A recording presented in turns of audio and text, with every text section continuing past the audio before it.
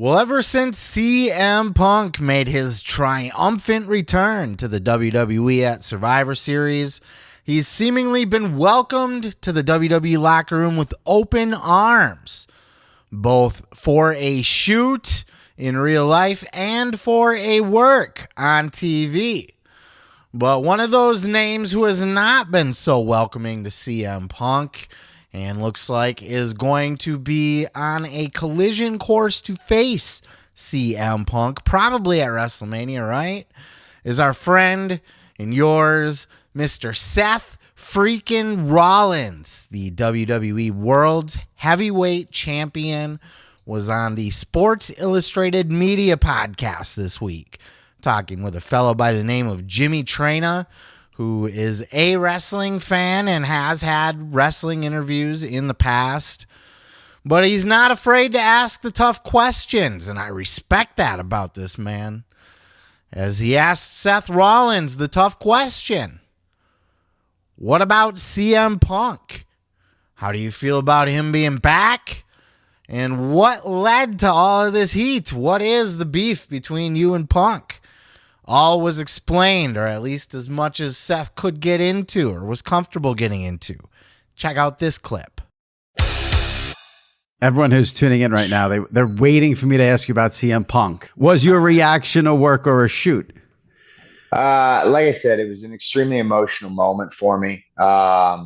Everyone knows how I feel about CM Punk. I've not made it any more transparent over the past few years. Nothing has changed in that regard. And in that moment, I was extremely emotional, and you got a lot of a real raw emotion from me. Did you see Punk backstage after that? No, Oh, I okay. lost him. I waited for a while, and he was, I'm sure he was somewhere doing interviews or doing whatever. But I didn't see him. So if someone's listening and they maybe are not completely familiar with everything going on, tell me why you have such issues with him. I mean, a lot of it's personal. A lot of it's stuff that I don't really want to get into. But for the most part, I just think he's been really selfish when it comes to his perspective on the industry. I think he's been extremely self-serving, has played the martyr role to a T, and has, for someone who, when I met the guy, and look, I got a lot of good things to say about parts of my relationship with him. He helped me in places when he didn't have to, whether that was for his own good or not, I'm not entirely sure. But regardless, it helped me get where I needed to go and do the things I needed to do. And for a guy who, when I met him, kind of made it seem like he was all about giving back to the business, he really turned into a pretty selfish guy, and really wanted to take more from the industry.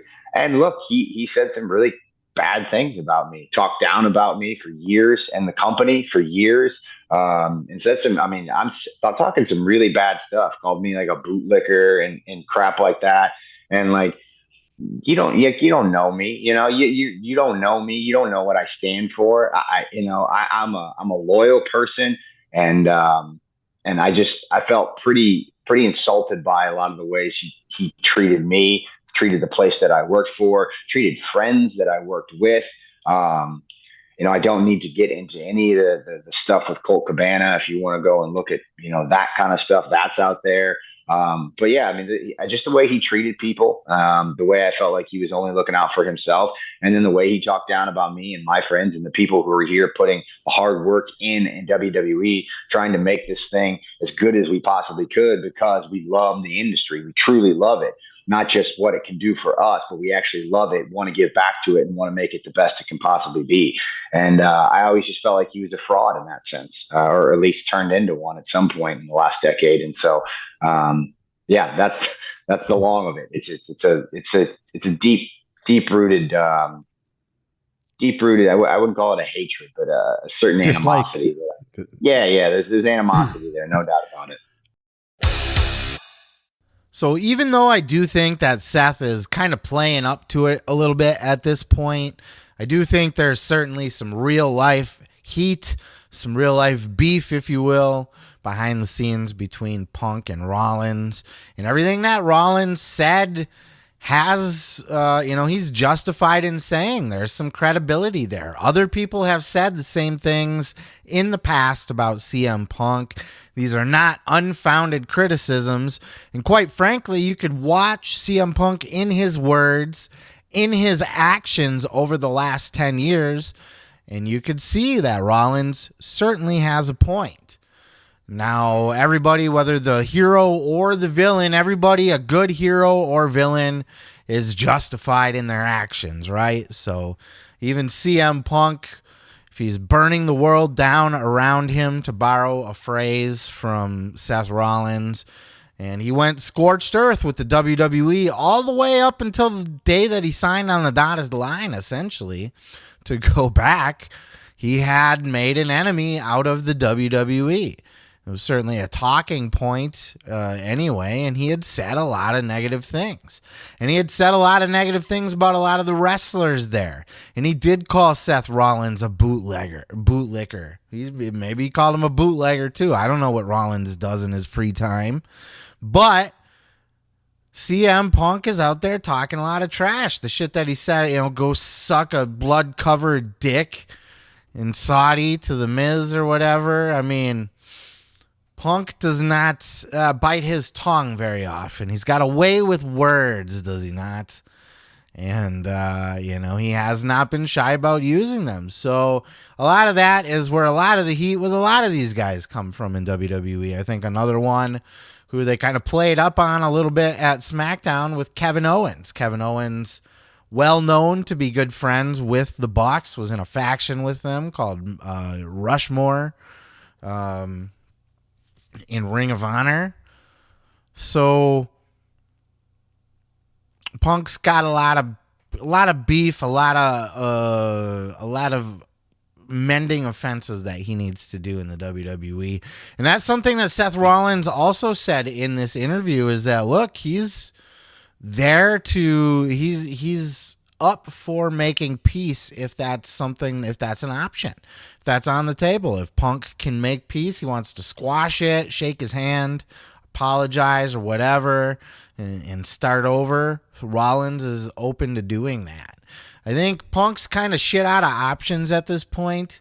I think he frankly, if he wants to wrestle at a high level, at the highest level in the United States or anywhere in the world at this point, WWE is the place to do it, right? His bridge has been burnt with AEW, and he's sure as fuck not going to get the same stage or platform in a TNA.